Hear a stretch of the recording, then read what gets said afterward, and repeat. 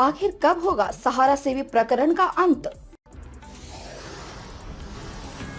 कब तक चले जाएंगे निवेशक और एजेंट? कहां सोई है इंसाफ की देवी?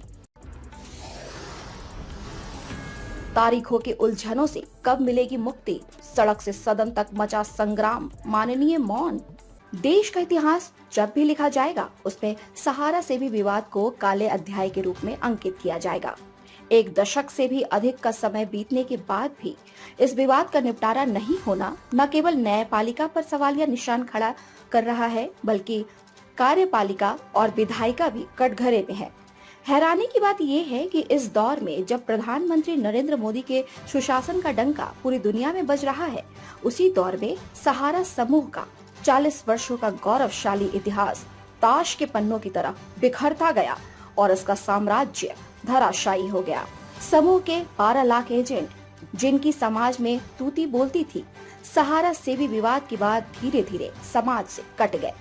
कभी सीना ठोक कर समाज की अग्रिम पंक्ति को लीड करने वाले सहारा के एजेंट आज मुंह छिपाने को विवश हो गए, क्योंकि 12 साल का वक्त काफी लंबा होता है खुद को और अपने परिवार को बचाए रखना। इस दौर में सैकड़ों एजेंटों ने आत्महत्या का रास्ता चुन लिया, लाखों एजेंट सड़क पर आ गए। हालात ऐसे हो चले हैं कि अब उनके समक्ष भूखमरी की स्थिति आन पड़ी है। मगर तारीखों के उलझन में आज भी सहारा के एजेंट और निवेशकों को सुप्रीम कोर्ट के निर्णय से मायूसी हाथ लगी है।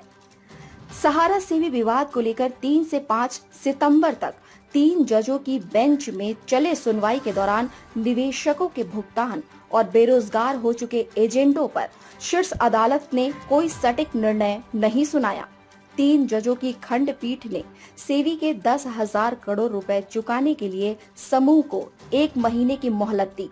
यह विवाद पिछले 12 साल से चल रहा है। इसमें यह नहीं कहा जा रहा है कि निवेशकों का भुगतान कैसे होगा।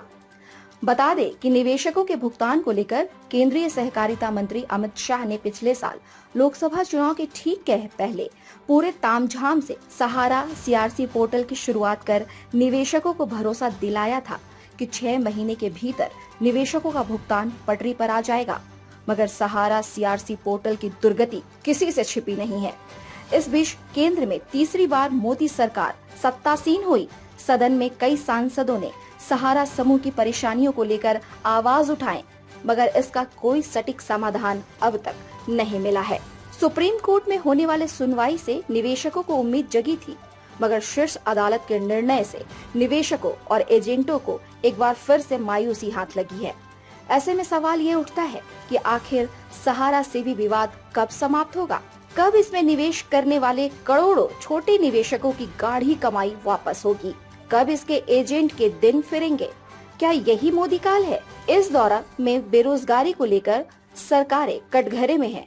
बावजूद इसके, चाहे वो राज्य की सरकारें हो या केंद्र सरकार, इस मामले में गंभीर क्यों नहीं है, ये समझ से परे है। क्या शीर्ष अदालत को सड़क से लेकर सदन तक मच रहे शोर सुनाई नहीं दे रही है? क्या शीर्ष अदालत की नजरों में एक संस्थान की बर्बादी से बढ़कर सेवी की दावेदारी की अहमियत है? इस पर विचार करना होगा। वैसे इसका खामियाजा मोदी सरकार को उठाना पड़ा है। भले खुले मंच से नहीं, मगर दबी जुबान से लोग कहते सुने जा रहे हैं कि सहारा समूह से जुड़े एजेंट और निवेशकों ने इस बार के लोकसभा चुनाव में एनडीए के पक्ष में मतदान नहीं किया। इसका सबसे बड़ा उदाहरण उत्तर प्रदेश, बिहार, हरियाणा, पश्चिम बंगाल और झारखंड के नतीजों से समझा जा सकता है, क्योंकि उत्तर प्रदेश सहारा का जन्मस्थली है।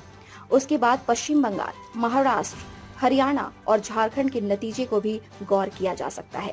बता दें कि सबसे ज्यादा सहारा के निवेशक इन्हीं राज्यों में हैं। महाराष्ट्र में सहारा की ड्रीम प्रोजेक्ट एम्बी वैली स्थापित है, जो सहारा सेवी विवाद का सबसे बड़ा केंद्र बिंदु है। इसी साल झारखंड, महाराष्ट्र और हरियाणा में विधानसभा चुनाव है, जबकि अगले साल बिहार में विधानसभा चुनाव होना है। ऐसे में देखना यह दिलचस्प होगा कि राजनीति की बिसात पर सहारा समूह को दांव पर लगाकर उसका चीरहरण करने वाले राजनीतिक दलों के इन राज्यों की जनता सहारा समूह के एजेंट और निवेशक क्या बर्ताव करते हैं। वैसे अब इस प्रकरण में कुछ भी बोल पाना बेईमानी होगी, क्योंकि इतना जरूर साफ हो गया है कि सहारा के निवेशकों को लेकर कोई भी गंभीर नहीं है। यही वजह है कि इतिहासकार इस प्रकरण को काफी बारीकी से देख रहे हैं और ऐसे कयास लगाए जा रहे हैं कि जब भी देश का इतिहास लिखा जाएगा उसमें सहारा सेवी विवाद को काली सूची में डाला जाएगा, जिसका विलेन कार्यपालिका, विधायिका, न्यायपालिका और पत्रकारिता को बनाया जाएगा, क्योंकि देर से मिलने वाला इंसाफ भी इंसाफी नाइंसाफी की श्रेणी में आता है और इस प्रकरण में सहारा समूह गुनहगार हो सकता है, मगर उसके एजेंट और निवेशक नहीं। फिर उसके एजेंट और निवेशकों के साथ नाइंसाफी क्यों? Bureau report, India news viral, Bihar Jharkhand. ताज़ा खबरों से जुड़े रहने के लिए हमारे चैनल को सब्सक्राइब करें और बेल आइकन को दबाना ना भूलें, ताकि हर खबर की नोटिफिकेशन आपको मिलती रहे।